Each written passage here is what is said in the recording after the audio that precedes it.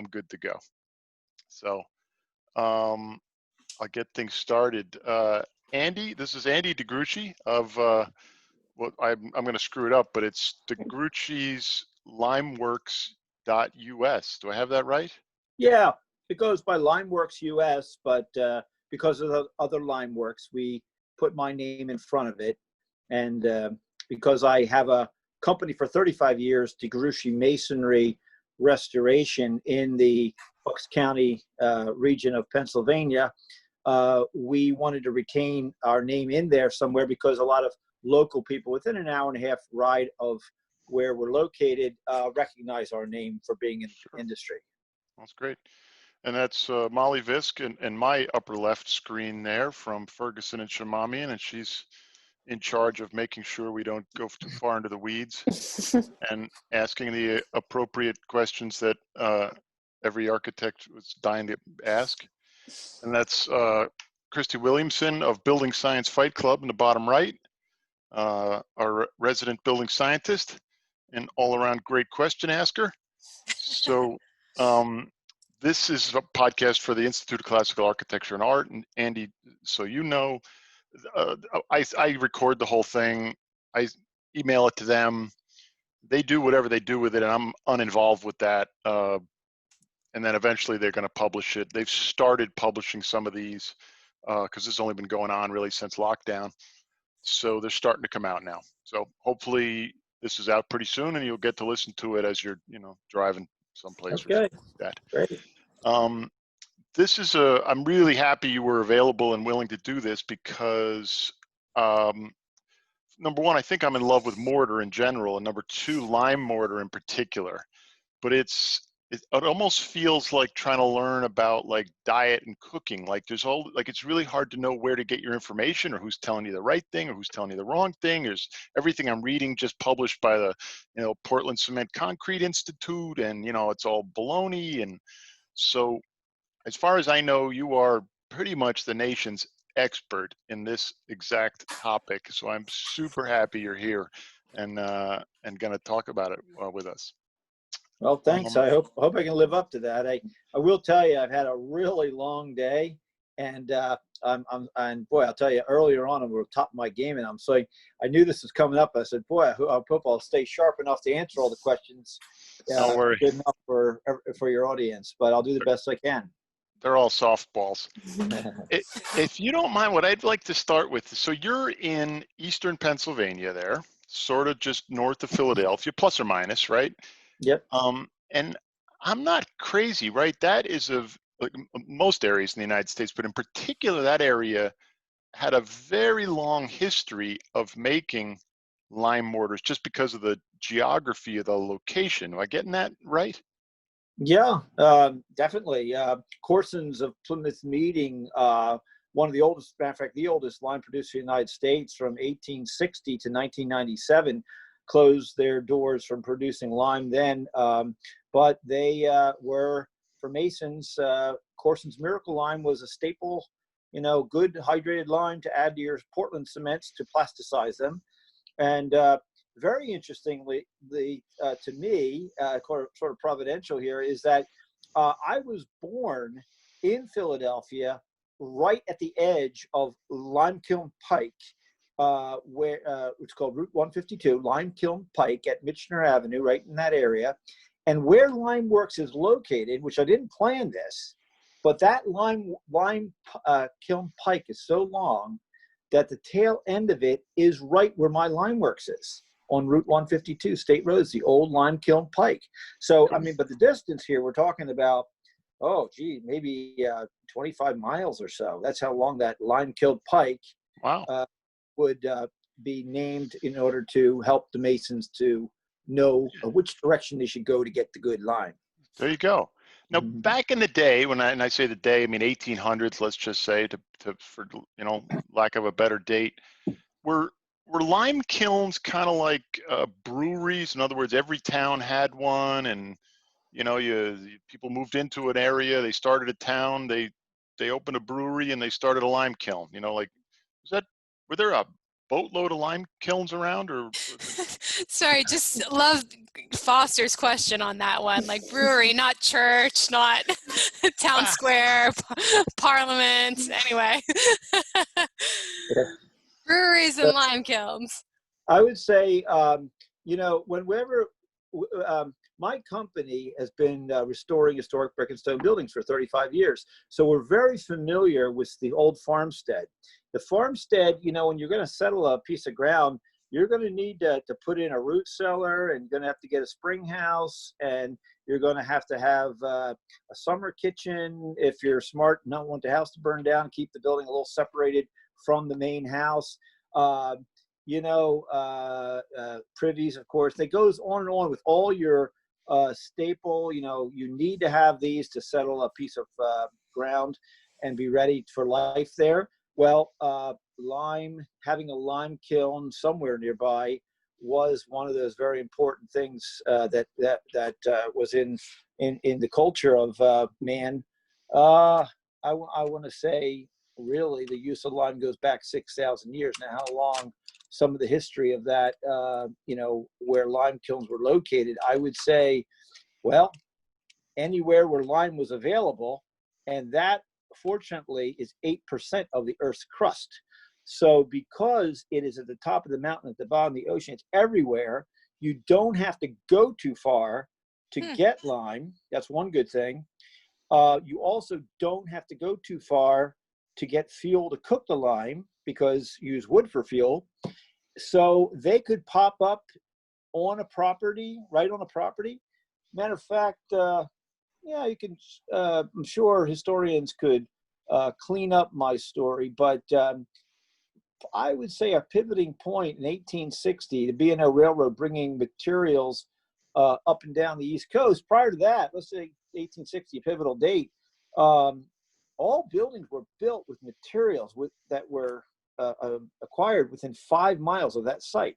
So there you go. Lime kilns probably were within 5 miles, even though this lime kiln pike is 13 miles long, or maybe 30 miles long. It still supplied people along the way. You know, they would, now of course they'd have to go down to the kiln, and I don't know that there weren't multiple kilns, but you know, limestone or lime kilns rather was something that you know, was along the coastline with the oyster shells and ricks that they would, you know, cook the shell on the beach. I think it's just a material that would be very plentiful, available, and they would set up a kiln centralized to where the buildings were being built.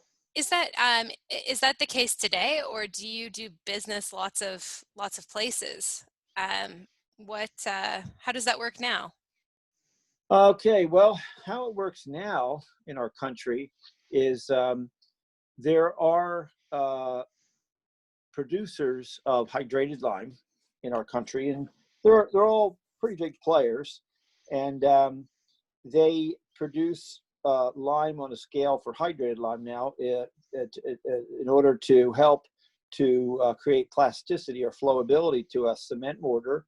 And when adding it, it controls the setting time to a cement mortar.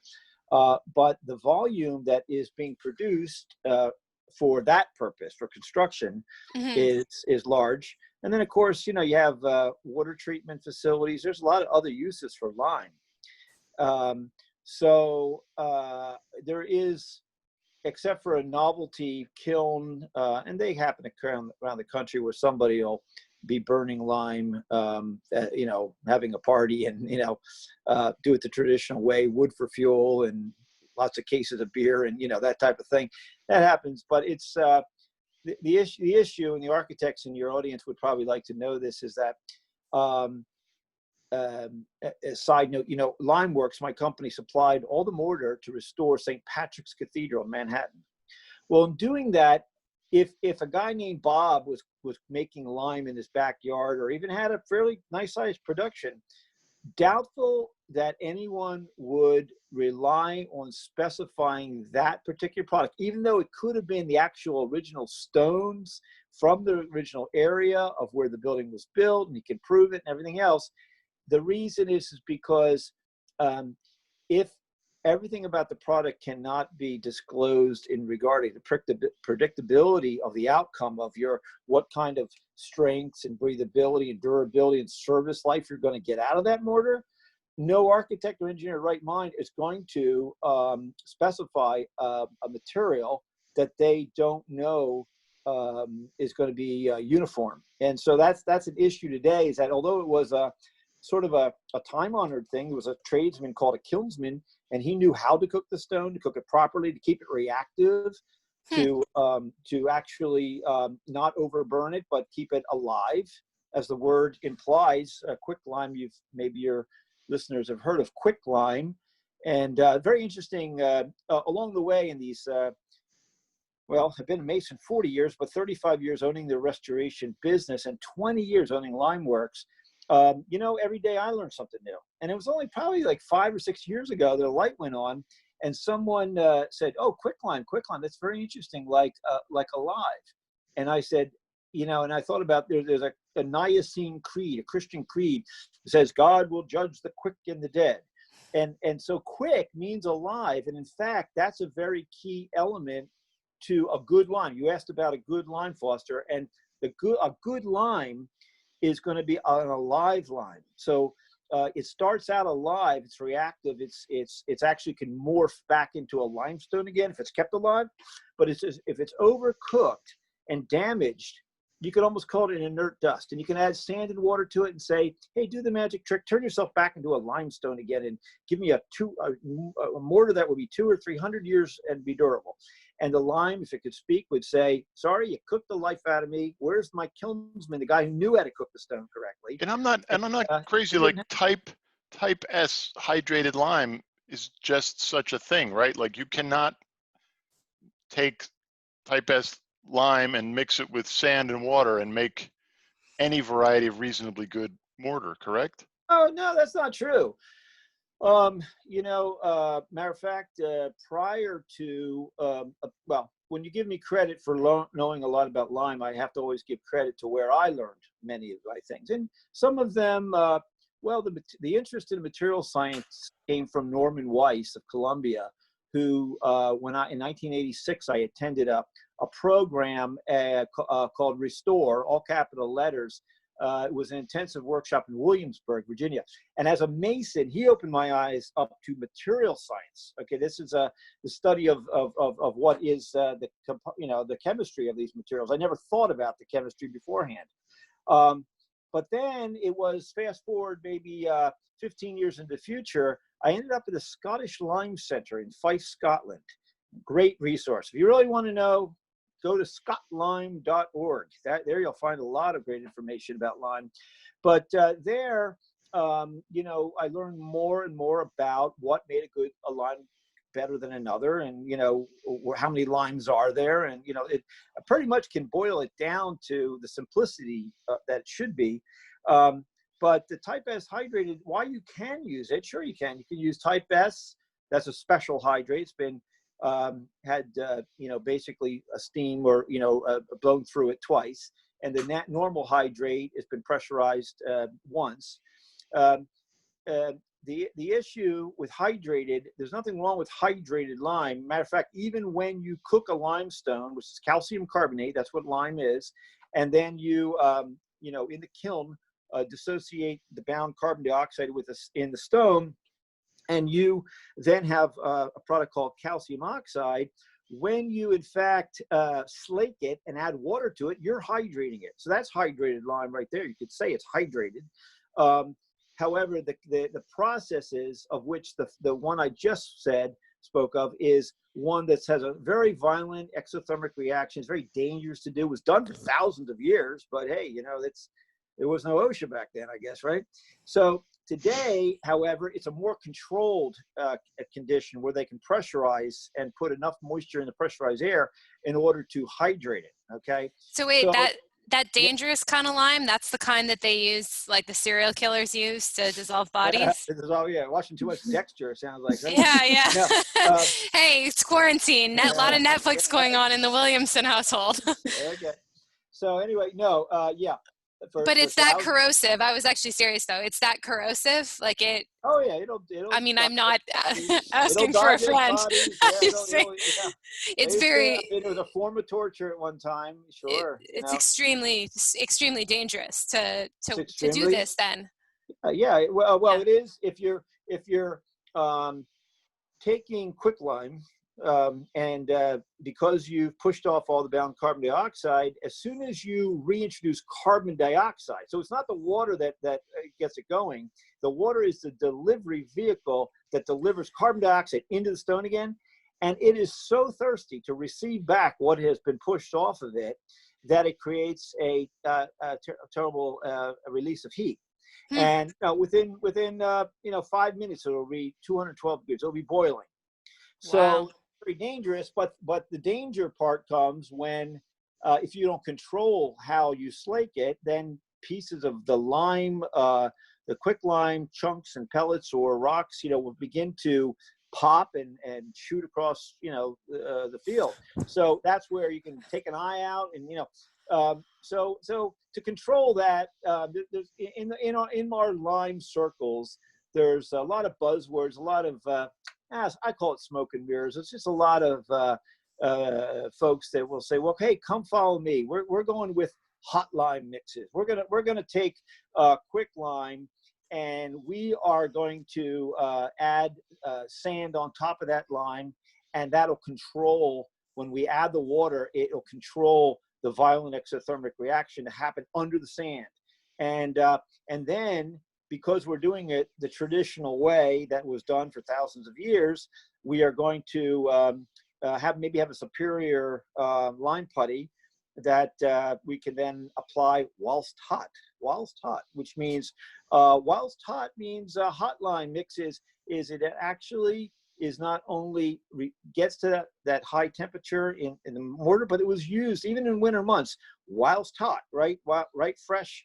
And there is some good argument for the validity of it being a very good method to return back to replacing in-kind mortars and mixes that were originally used.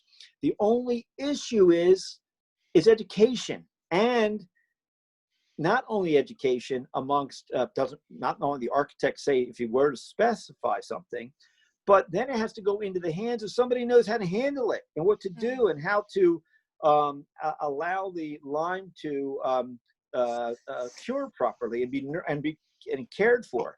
So back to Andy. Foster. Yeah, I want to get back to your question, Foster.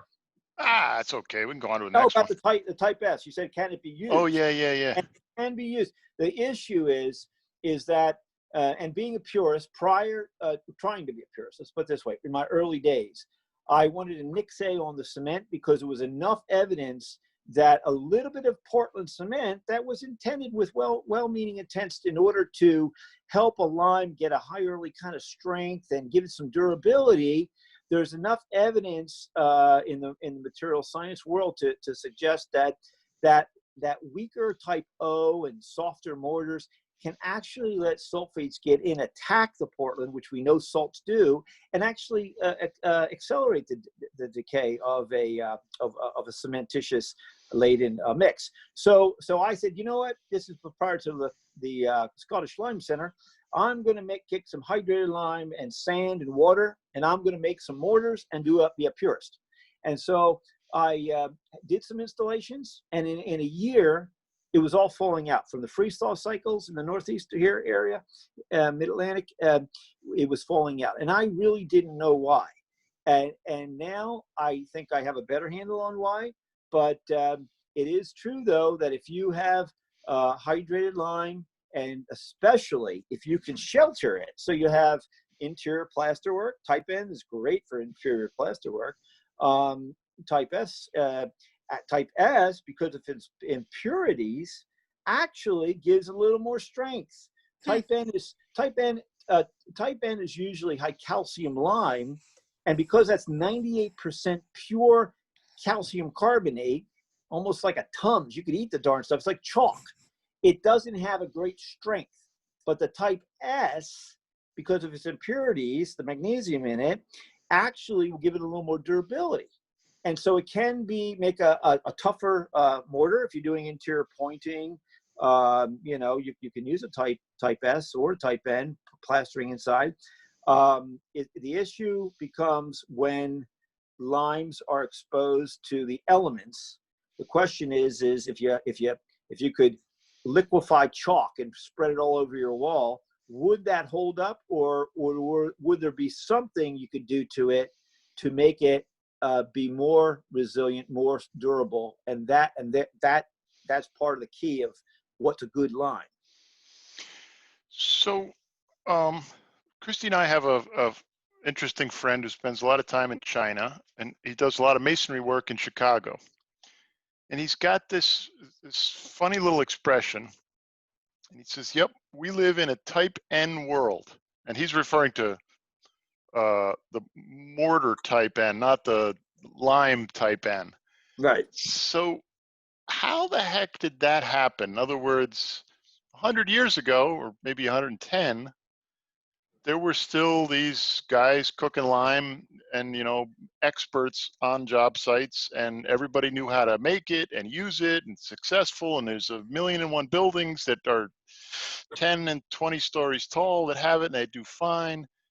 And 100 years later, there's only a handful of people in the entire country that have any idea how to do this anymore. Yeah, it's Yeah. like the Romans who lost the recipe for concrete. Yeah. How Like, did this how'd that happen happen? Like, so what? fast? What went on? Well, I don't know if I would guess. I would say that you know, as I mentioned, if there was 6,000 years, or let's just skip 6,000 years because things have improved. I mean, from wattle and daub and very crude forms of lime and very crude forms of building, and then smoothing plaster over things. Let's say there was a sophistication. Let's say the masons in a guild type masonry guild that would span from like year 1200 to 1800. Let's just say they began to not only repeat what had worked. They may not know chemistry, what worked, or why, the chemistry behind it. That's all our witchcraft to give it labels. They knew how to cook the lime. They knew how to mix it with what proportions of sand, and they knew how to install it and how to cherish their work and care for it until it properly cured, so that it would give a glorious 200 or 300 and 500-year-old service life. What happened is, Really? That long? Oh, sure. I mean, I was in Edinburgh not too long ago, and do you mean without repointing even? Oh yeah, yeah, definitely. I was in Edinburgh, saw Wow. 700-year-old Harling. That's the bumpy pebble dash kind of stuff that they whitewash over, and they hurl at the wall. That's why it gets the word Harling. And it's an external lime shelter coat that would go over rubble fieldstone buildings, and it's 700 years old. And so with whitewashing was renewed. Lime water, as it seeps in, continues to consolidate and make it better. But that's the minimum. You're freshening it up. You're not replacing it. And as we know, Roman aqueducts. I mean, these are, as you mentioned about lime concrete. The Romans were masters at knowing how to doctor their lime with what in various regions of their territories. So in some regions, they had to doctor it with pozzolans from Pazzuli, at the foot of Vesuvius. Sure, they had to do that in some of their territories, but others had naturally occurring, and maybe you've heard these words, natural occurring hydraulic lime, NHL. So, so I won't keep on going. I'll let you ask another question, but maybe this will come back. The NHL. That's actually, yeah, that's interesting. There's I was in Pompeii some time ago, and the mortar was outlasting some of the stone. Mm-hmm. Like it has that, it looks like lattice work sometimes because the stone is all chipped away, but the mortar's still there. Anyway, kind of cool. Yeah. So yeah. So Andy, I love specifying your product, but frequently I get pushback from both the contractors and the architects. And once in a while, it sneaks under the wire, and nobody has any questions. Yeah.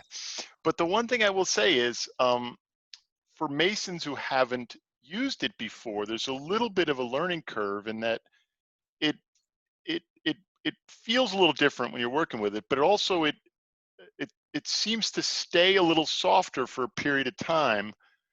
Ultimately, it feels as hard as any mortar I've ever worked with. But that first like 1 day, 1 week, it feels a little softer to me. And a lot of times the masons are really freaked out over that. And I try to Yeah. explain to them like, relax, it's going to be okay. You know, everything's going to be cool. But I'm Yeah. not. I'm assuming I'm not nuts in these thoughts, and this is a real No, it's thing. that.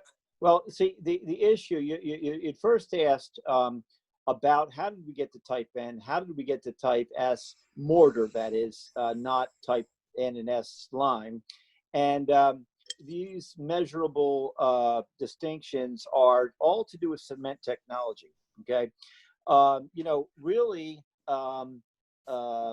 If you go and look at historic structures and you took a key to an old lime mortar joint, you'd say, well, it's still, the profile of that joint is still intact. Isn't that amazing? And we know this is 200 or 300 years old, but yet you can almost scratch a key into it and say, my gosh, it's soft.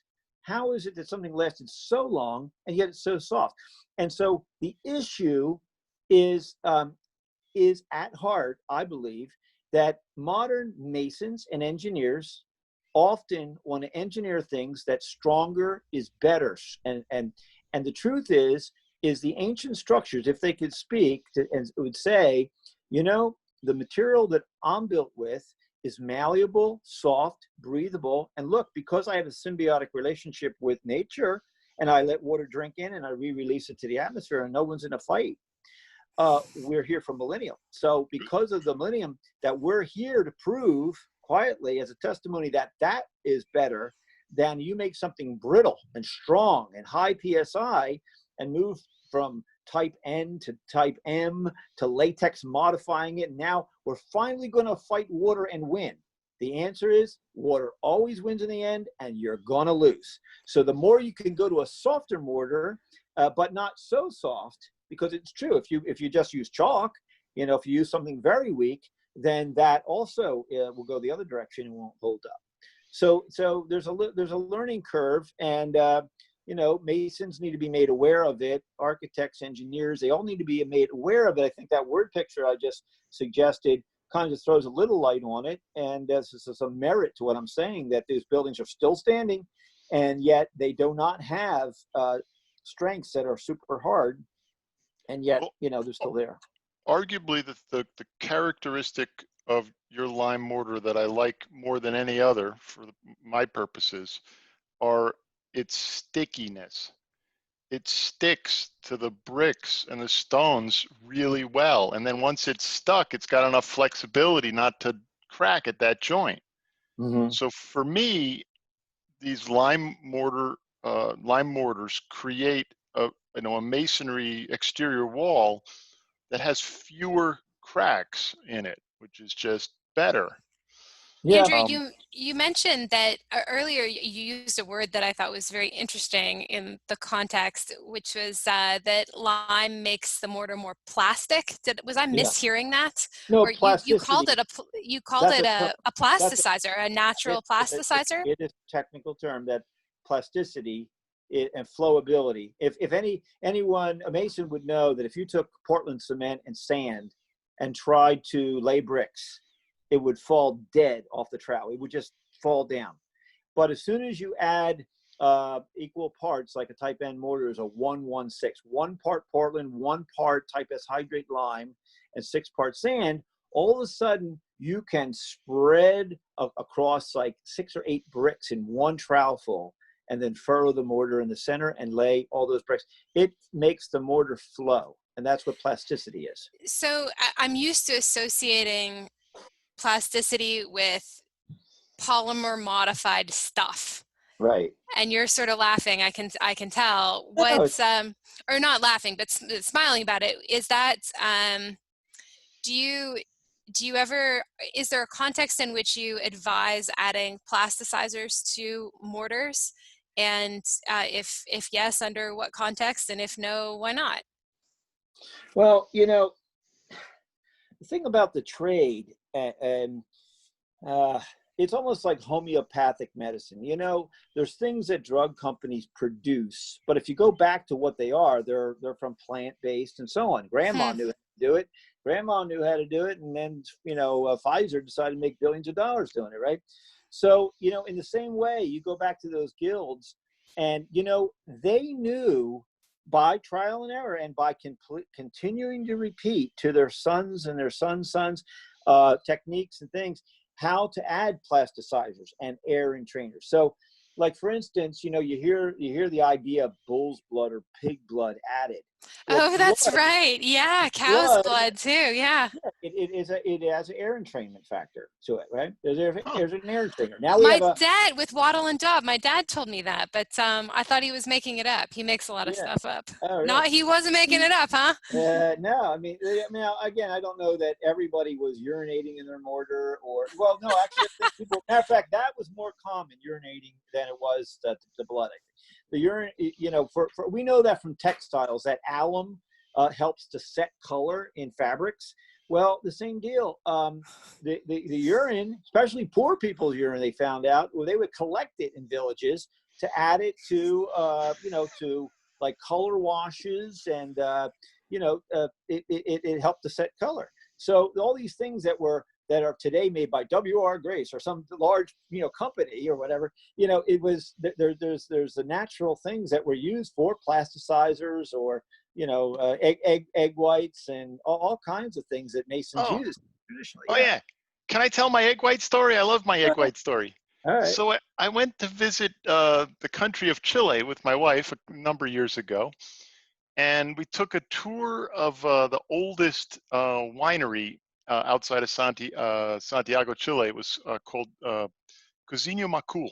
Beautiful place. The original building was this red brick, you know, story and a half tall, and I don't know, 100 feet by 60 feet kind of thing. And they had these huge tanks in there that had been there since, you know, I don't know, 1850 or something like that. So Chile suffers from an enormous amount of big earthquakes, like, you know, like 6.0, they don't even, you know, stop working. It's got to be like a 7.5 before it gets serious for them. So this brick building was not broken up at all. It's perfectly fine. There was a new addition that was put on in like 1960 or something at the far end. Again, all brick, destroyed, like cracks everywhere and steel pieces holding all the cracks together and this and that. And the guide explained like, well, sure, the original masons used egg white in all the mortar, and that's why it's so flexible. But the new masons just used Portland cement-based mortar, and it cracked like crazy. It was fascinating. It was, you know, there wasn't a crack in the building. Nothing. Right. So anyway, sorry. Took up Egg all your time. whites. Yeah, I would be it allergic to that building. I can't have eggs. Oh no! No. Wait, you would be allergic to the build? Is that you couldn't eat the building? I couldn't. Yeah, I couldn't like touch it or anything. I wouldn't want to touch it. Wow, my gosh. So Andy, do you think it was really the egg whites, or you think it was just a, you know, lime-based mortar is just very flexible even on its own? Or do you? Well, it is true that, you know, interestingly, getting back to like even the evolution of mortar, you know, I think probably since the beginning of time, man's always trying to outsmart his problem and, you know, get a path of least resistance. And so when Portland cement came along by Joseph Adsman in 1824, I think he was, like everybody, vying for some new thing that would revolutionize, you know, building. But Portland cement is cooked limestone. It is cooked limestone. The issue is, back to the kilnsman, when you cook the stone between 1650 to 1800 degrees Fahrenheit, you keep the reactivity and keep the stone alive, quicklime. And it will then be able to convert back to a calcium carbonate stone again in time. It's kind of asymptotic, they call it, like where it never really will reach there, but it'll always be very interested in the carbon dioxide that's delivered by rainwater in the future and slowly trying to knit itself back. That's why it has a self-healing property as well. between that and free line content in the mix. But it will always be trying to be, it's alive. It'll keep continuing to try to repair itself. And that's one reason why, this building in Chile, maybe that property of Lime, it could have been aiding this. But the other is that, see, the deal is as we all know, you make glass from melting sand. So when you take a stone and you hit the 2200 degrees, not 1650 to 1800, you hit 2200, that's called the melt phase. Once you hit the melt phase, you will liquefy stone. And that is what Portland cement is. You take limestone and you don't do what grandma said and say, preheat the oven to 350 and bake the cake 1 hour. Instead, you say, I'm turning the oven up to 750 and I'm going to bake a cake every 20 minutes. Well, you will. So what we were doing, it's not nice to fool Mother Nature and time-honored stuff. What we're doing there is we're experimenting, and can't stop boys from trying to experiment. They went and turned the temperatures way up over 2200. And in fact, clinker cement is cooked about 2800 degrees traditionally. And so once it melts into a glob called clinker, then it has to be ground to a fine powder, which the magic was, when you add water, you get, bam, instant rock, just add water, So that's where Industrial Revolution men said, hey, we're going to build fast, strong, high, better. And they ran with it, not knowing that the crystal structure changed. So those old buildings in Chile and everywhere around the world has a hexagonal plate crystal structure. So the plates slide within one another, and they have a great, what's called modulus of elasticity, the ability to deflect and recover. So they can move, and like I said, this symbiotic relationship with the slight movements of the earth, or even water processing coming in and leaving. Okay, this is the beauty of the lime mortar built buildings. But when you hit 2200 and you make this clinker, and now you grind it, you make this great instant rock. If you study the crystal structure, it's not hexagonal plates anymore. They're needles. And so what man did, they said, let's run with this stuff. We love instant rock. Began pouring it everywhere and saying, Bob, it's cracking over here and here and here. So that's when, here's the nightmare for all architects across the entire world, when control joints had to be engineered into everything you build. Oh, Molly loves control joints. She loves No, putting them on her. thank you. Prior to that, endless walls would go on forever. There's no stucco walls on castles every 144 square feet. They're putting a control joint, right? Because lime has the ability to accommodate all that movement. And if you budge cement sidewalk, well, you better tell it every 3 feet in that concrete sidewalk where we want you to crack. And that's why control joints weren't originally figured out. It was from an error and say, well, we're not going to give up on the cement stuff, so let's just accommodate it and start engineering in control joints. Yeah. Man, I don't even like that, Andy. That was like so great. I don't even know what next question to ask. I'm just like, wow. It's like listening to Babe Ruth watching Babe Ruth hit a home run there. You're like, I really do feel for architects because it is such a nuisance for the beauty of the building. Part of judging a beautiful masonry structure is its effortless appearance from a distance. And look, it looks like melted butter. How they do that cathedral, it looks like just freaking melted butter. But when you got to engineer crazy stuff with dissimilar materials and try to accommodate the movement, and then all together, when all of the mortar has these needle-like crystal structure, and if you move it, it's going to crack. Altogether, it's sad because I think we all want to build monumentally. We want to build for the ages, and we're limited by cement, what it can do. We're very limited, and you need to go back. So I sometimes, I hear this a lot, and some of it I think is just, normal belly aching from normal people who say, the trades are dead. Which is really sometimes another way of saying, I wish other people valued what I do more and they paid me more money for it, which is fine. That's normal. That's human nature. But it sounds like the pool of people who know this kind of stuff, who are competent enough to restore St. Patrick's in Manhattan, that kind of stuff, that pool's got to be kind of limited. Is it, do you guys all know each other? What does this group of people look like, even internationally? Do you, if we really want to know how to restore something beautiful, do we go ask the Scots, or does that expertise exist? Is it likely to exist locally? How do you find the right person, the right people Well, to help you out? yeah, good. That's a good question. I would say it's almost like, if you had the Quilters Club and all kinds of special, hooks and loops, and, people who are really into it, they find each other because it's their passion and they love it, And so it is true that the community of people who are lime lovers, they just love the lime and they want to talk about it, and and make plasters and mortars and stuccos and paints and everything with lime. The community, I think it gets smaller. The more you want to talk about it, people start to drop off. They're not interested at that level. They have other things to do. Like, in other words, I need to get a life, because I'm always talking about lime. But no, I think that in the end, the issue is that, one, just like I said about the B&O Railroad bringing materials, imagine prior to that, just you think of any power outage when you don't have electric and you don't have television or internet or whatever. My gosh, we don't know what to do with ourselves.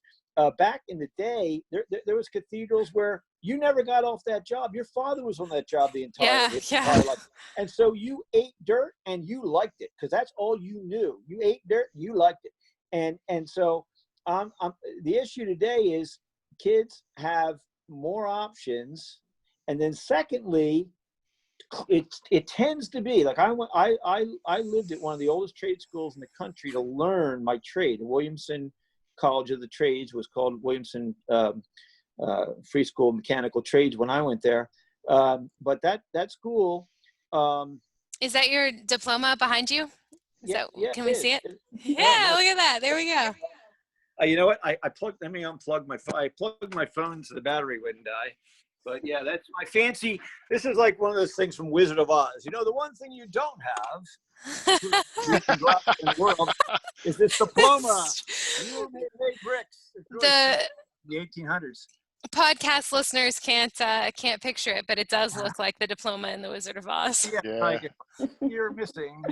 But anyway, so the issue is, the whole thing of close-knit families, passing down a trade to a son, and and also what a younger person values might be what their parents value and their grandparents value. Any job I've worked on with this, it's if I talk to the Masons, I'm one person, so this is anecdotal, but it's they all have a story. It's intergenerational learning, and often it's from the same guy. Like the last job I was on, the guy, they would tell he was dead, and they talked about Gino, who died chain smoking on a job. Anyway, and a lot of the people on the job, they say, "How did you learn to do this?" From my father. Right. So there's that cultural thing there where, and then the other is that almost any trade where you work close to the earth, a farmer or a mason or, anybody who does manual labor, they fall on the bottom of the totem pole generally. No one wants to say you're second-class citizen, but even my own kids, they went to university. Believe me, I was dragging them out to some of the most prestigious places when they'd work for me in the summers to help out at LimeWorks, and we get sales calls, go look at this or that, and I drag them out to get them excited about it. And in the end, I think they got computer jobs. They went to computer science, computer engineering. I couldn't convince them to go into trade, and one of them said, "Because I see how hard you work." And I don't want to work that hard, he said. So, geez. So I did everything I can, but yet, I can't fault them, because who would raise their hand and say, no, please sign me up for a second-class citizen thing? I love that. I want to be a guy who can get kicked around by people above me who may have gone to university and have not, as it was originally, where an architect would have had his hands on bricks.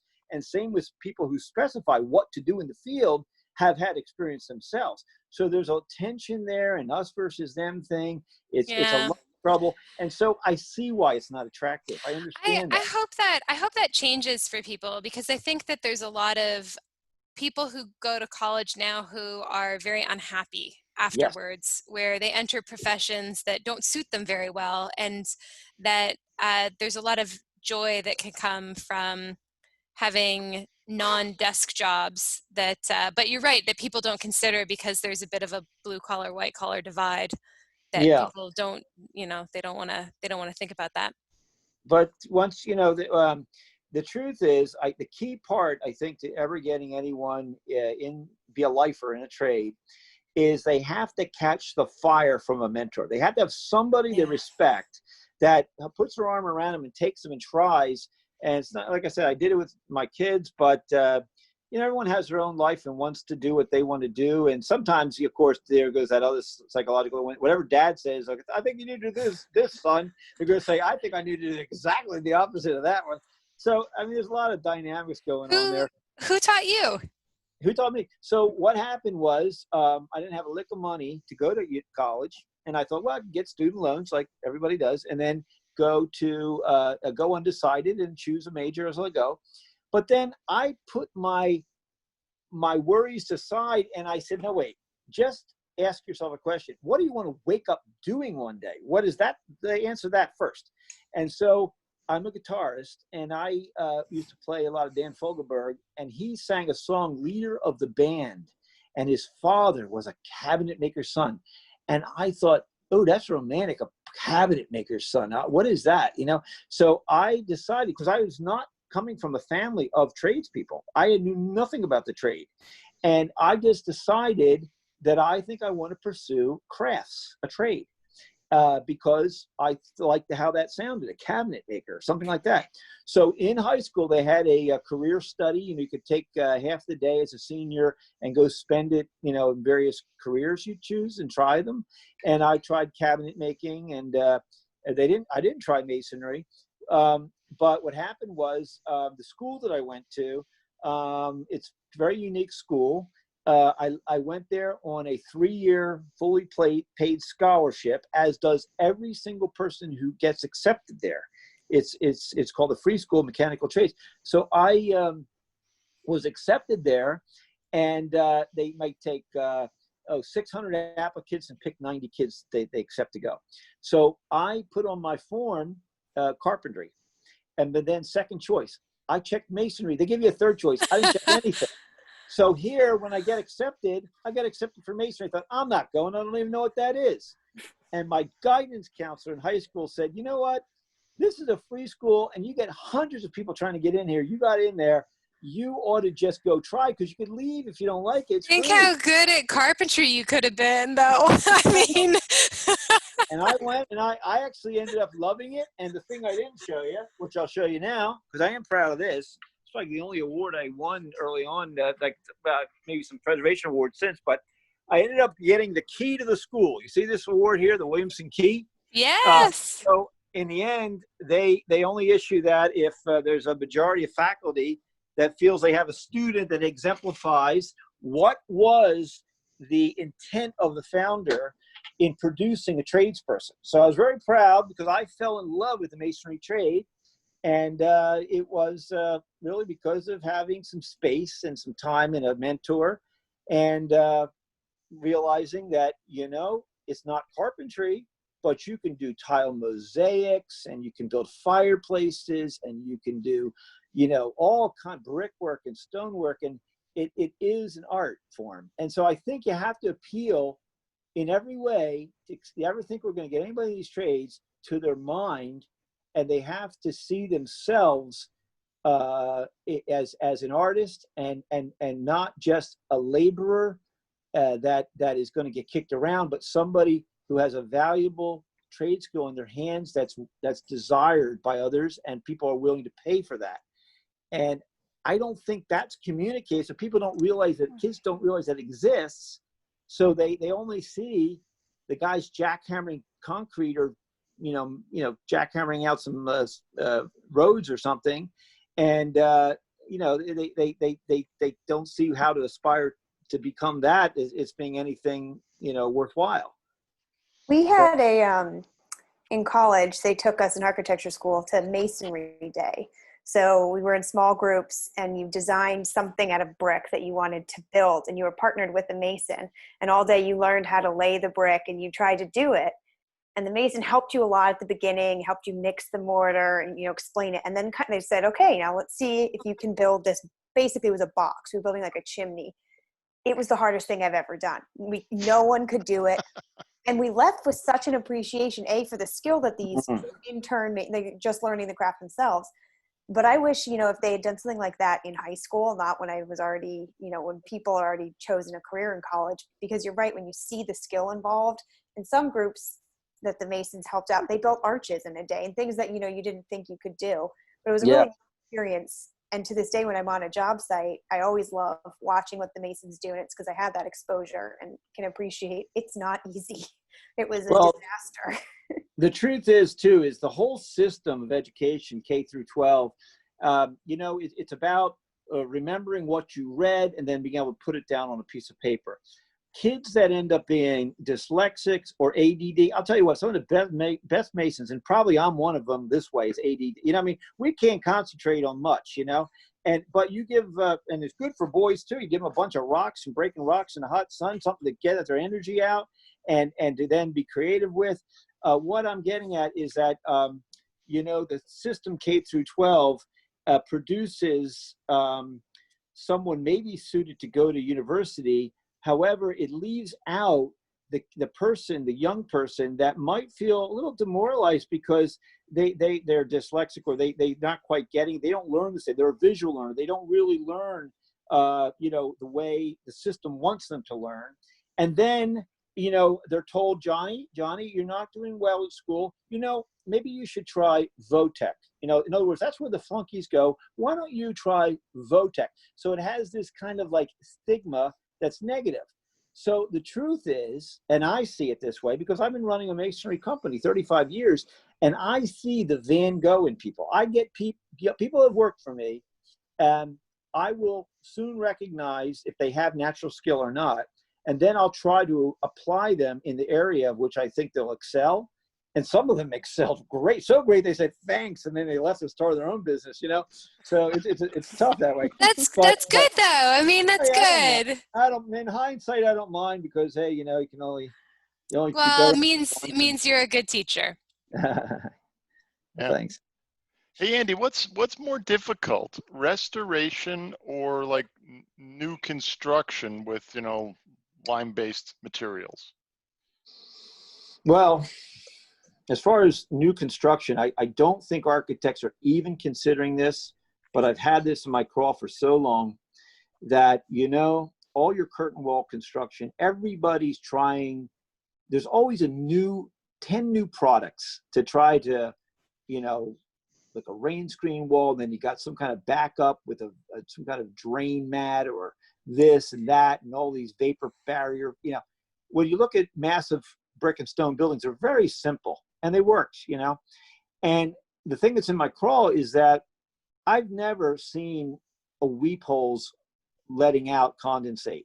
But the idea is that they're there on every level for like a rain screen wall for not trapping water in that airspace behind.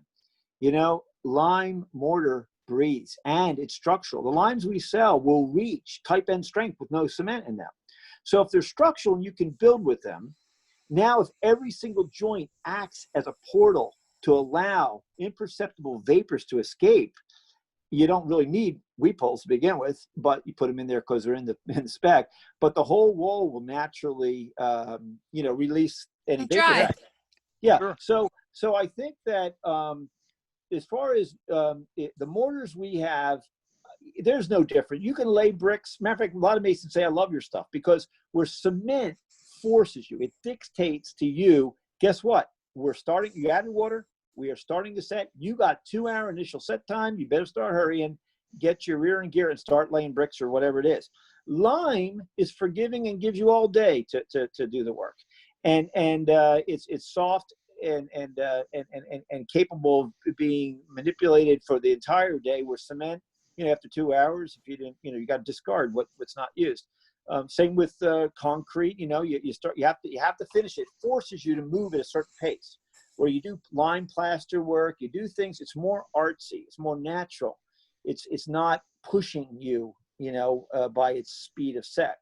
So I would say regarding which is easier, building a new building or restoring a building, I would say, first of all, as we know, the astronomical cost to build a new building, the reason I think the existing built environment, the inventory of structures that still stand that can be salvaged and maybe repurposed and adaptively reused, that's going to continue to grow. So repairing buildings, one, just as an economy thing, that's going to outdo, I think, anything going to be built with lime, especially no mass.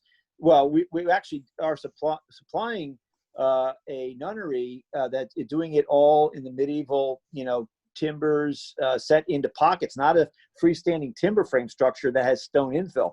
It is a stone structure with timber set into the pockets and everything, the old way. So that's one case, but it's really rare because of the expense of building this way. But so one, I think the reason there's so many people who put out the shingle, they do masonry restoration, is because it is in demand to fix and what's broken or missing on existing structures, and then that will only continue to grow. And the other is that the level of abilities, like in today's masons, and today's our culture altogether is you put your time card in at 7 and you're out of there by 3:30.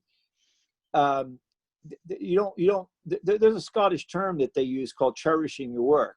And you can imagine if we were not using naturally occurring hydraulic lime that has a set, not 2 hours, but like 6 hours, and yet it will reach a window of time where it's reaching a set that will hold up to the freeze within 72 hours. Limes fall into two categories. There's either water limes or air limes. And the water limes are the hydraulic ones set with water. They're the ones that are more user friendly. That's why we use them as masons. But the air limes can take 6 weeks to cure. So could you imagine in the day when labor was cheap? You get all labor you want for nothing. Lime, you better cherish that. That's expensive. We had to have it trucked, or, not truck, but ox cart, loads over. So the truth is that to build today, the masons who do the restoration work can, and the owner who's paying for that feels like they're getting bang for their buck. They're seeing the building cleaned or repointed or repaired or replastered. And the expense otherwise to build mass walls or true stone veneers, we call them still, 8-inch, 12-inch solid stone veneering work, as opposed to 2-foot thick walls, it's becoming rarer and rarer because manufactured stone, palletized stone, and a sales force behind it has sort of pushed that to become what is now modern, quote unquote, stonework, put the quarries out of business. And so in the end, that be able to find, well, that's a problem. We will not be able to orchestrate all the trades in order to build a Gothic looking church or I think mass wall. It's just it doesn't exist to that level to be able to do it. And so, is it harder? You don't have a pool to draw from, of which you can get a group of masons, where you have one guy who is the banker mason who's dressing the stone, and you don't have all these different specialty skills like the kilnsman. I said, you don't have these guys. So I think everything has gone into calling people masons and restoration masons, and they're just repairing buildings and good. You can see good work and you can see shoddy work and just that. But the day when masons were available and ready and had the knowledge and the patience and the care and the love, the cherishing of the work to take it from its inception to completion, it's just gone.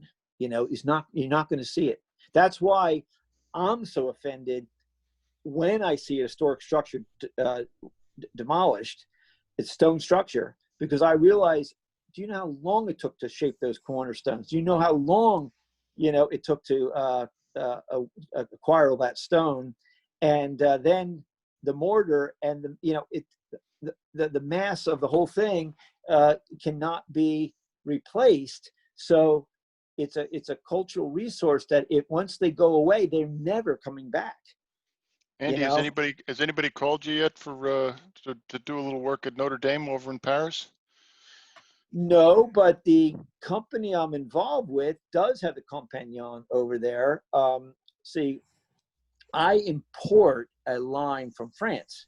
LimeWorks, again, as I mentioned, when I went to Scottish Lime Center, they pulled the blinders off of a few issues regarding lime that were always intriguing to me. One was self-healing, the autogenous healing property of lime, breathability, non-reacting with salts, this malleability and all this kind of thing. So I began to understand it. And once I was in hook, line, and sinker, I said, all right, where do I get this good, I call it good gold medal flour, so I can make my cookies? I'm a mason. I was not going to start LimeWorks. I was going to just get some good material to continue to do my work in Bucks County using the best that could be found. So they pointed me to Saint Astier. It's a company in France. It's been around 169 years. And so I began to import the naturally occurring hydraulic lime for the purposes that, like I say, the mentality today is to be there at 7 and leave at 3:30. So having a hydraulic set was key, and having something also predictable in the chemistry of the stone, so that architects and engineers with confidence can dial in a ratio of limes to sand and know what their PSI will be, or know what their vapor permeability will be, and all these kinds of things. That is what has made the Saint Astier product for us very popular.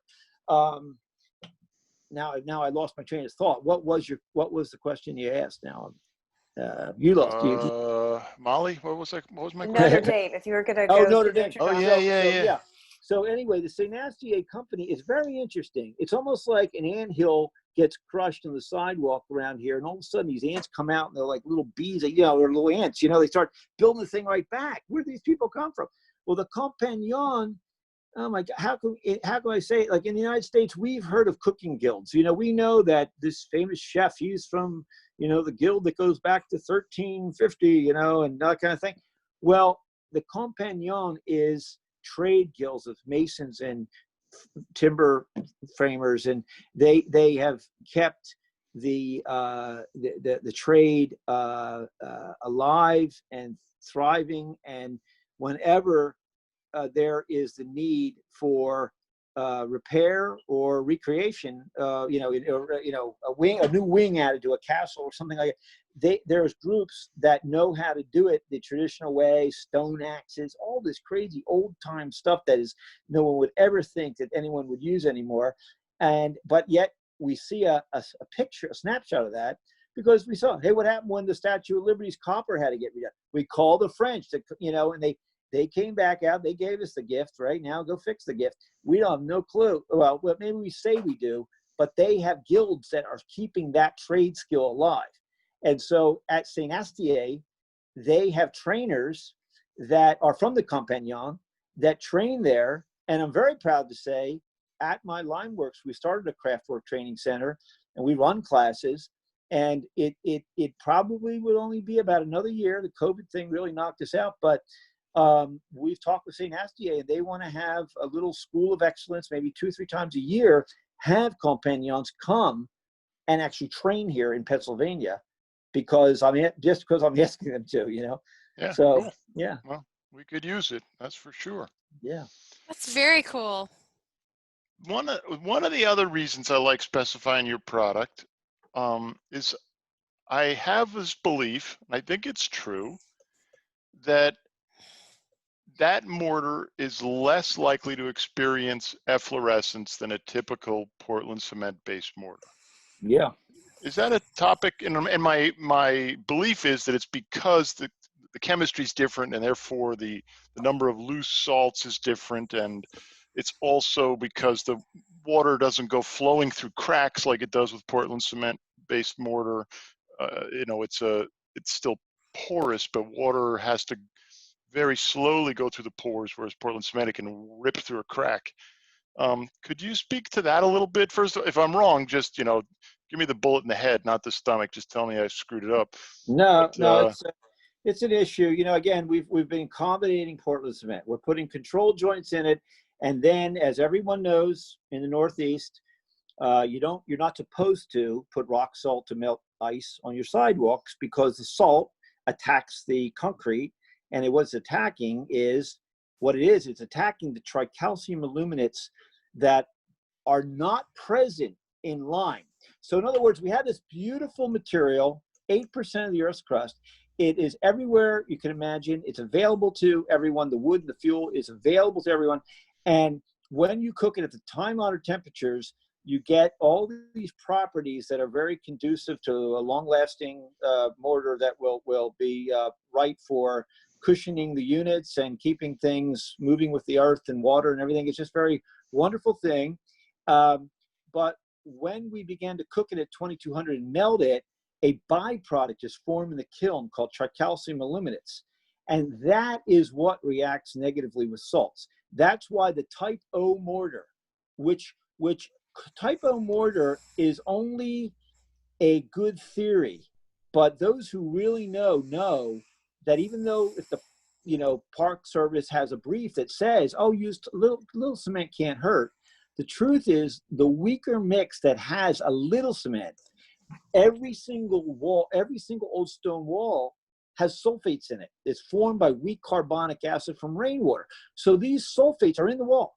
So when you make a weak mix, the salts, if they could talk, would say, hey, thanks for making that nice weak mix. I can get right in and chew up that cement. And that's why the type O's and don't hold up, long-term in historic structures exterior and freeze-thaw cycles, and it's attacking. And then the type N becomes so dense, they make the wetting and drying cycles occur through the face of the brick and stone, making those fall apart. So in either case, I liken the story of type N and type O just to the same as what the barbershop. At one time, the barbershop, the haberdashery, you go there, take an inch off and let a quart out. That red, white, and blue stripe that spins on the corner of a barbershop, I believe it's the blue one, not the red one, but the blue one represented bloodletting and leeches. And so at some point, somebody said, hold the phone. I don't think this is good medicine to let your barber let a quart out. We're going to, what? Let's stop this nonsense. Well, somewhere along the way, it's been 30, 40 years that these briefs have been out, and people keep, it's like a wives' tale. They keep on saying the same thing over and over and over, and yet there's so much evidence of it failing. And so what it is, and same with efflorescence, we know every lighthouse that's on the freezing cold, salty ocean crashing up on it, because lime is immune to sulfate attack, does not care about salts, whatever. Matter of fact, a lot of whitewash recipes have salt in them. They harden limes. They with the lime built lighthouse, lime putty, and then whitewashed, stands for hundreds of years. You build the same lighthouse out of concrete, and the ocean will eat it in 30 years. It'll eat it. So now with salt, with calcite, and with efflorescence. So efflorescence is a soluble salt that is in the bedding mortar of an old building, or and what happens is it will leach out through, and that reaction continues with the tricalcium aluminates, and so it's never ending. You never really stop efflorescence, or calcites, even worse. Calcites is like stalactites coming out of the concrete. All right, that stuff it's all a resultant of the cement really getting wet a second time before it fully hydrated, and there's a split in the particles that actually begins to allow the calcite to form. And once it begins forming, it's almost like exciting iron in a stone. Once the rust starts, it's like you can't stop it. You know, it's not going to happen. So altogether, limes are immune to sulfate attack, and you will not have efflorescence. If you see efflorescence on a building that's repointed with lime, it's because the salts are coming out, and they will continue to come out, but they will get flushed off the surface. And then once they are completely exhausted, they're not going to continue. The efflorescence will not continue. Well, I've been very happy with it, and and these are projects on the ocean. So What anyway. about mold? With 'Cause what you never- again? With mold, you never really see in these really old plaster lime buildings a lot of mold. Does it have something to do with the lime or not?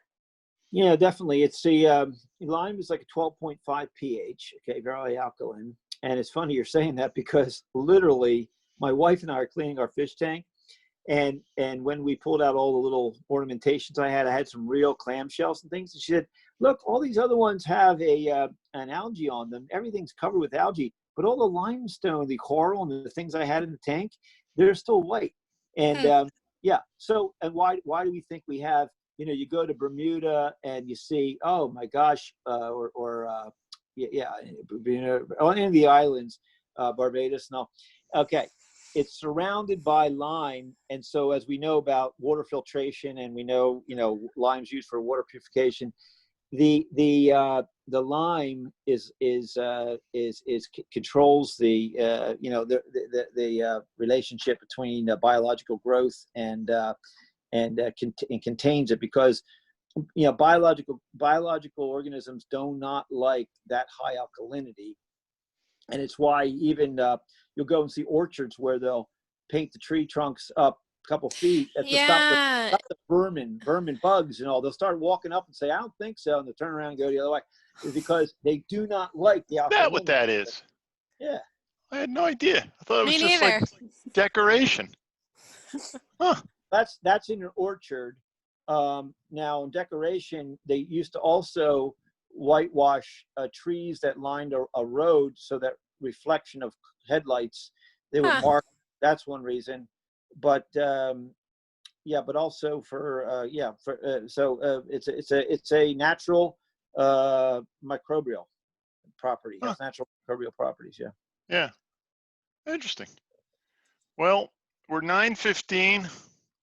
Andy, I don't want to take your whole evening. I could listen to you all night. Believe me, it's just like, like I'm drinking water from a fire hose here. It's awesome. But, you had a long day, and probably got another one tomorrow. So I'll open this up for last questions. Christy, any last questions? Molly? No, sign me up for the next one though. I feel like we're just scratching the surface. I feel like there's more. Oh my God. Yeah, I get it. I've never been out to visit Andy's shop, but it's going to happen one day, and I'm just Do you take visitors? Oh yeah, we get them all the time. We have a craft work training center, and we teach how to do lime plastering, stonework, repointing, and all that kind of good stuff. And the truth is when I went to the township, it's a zoned industrial property that has antique buildings. Was settled in 1736, and so we're adaptively reusing and fixing the buildings up, showcasing our products and our talents to do this work. But we actually run the workshops with participants that sometimes work on these buildings. But when the township saw my proposal to what I wanted to do, you have to ask permission to change the zoning from agriculture to, it really was non-conforming. It's in a industrial zoned area now. I asked if I could put a couple lime kilns on the property.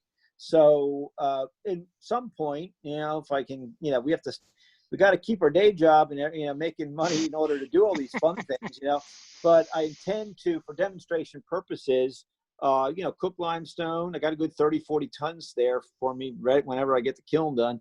And, we'll demonstrate, cooking it and slaking it and then banking it, storing it, and then using it, of course, and all that That's good great. stuff. Very So cool. come on down to Telford, Pennsylvania, and see us at LimeWorks. I'm going to take you up on that one day. Absolutely. Absolutely. Molly, any last questions? No, thank you. This is very Good. interesting for me. Yeah. All right, I'm glad you Andy, enjoyed it. thank you. It was awesome. Thank Christy, you. thank you. Molly, thank you. So I'll deal with the recording. Hopefully I didn't screw it up this week.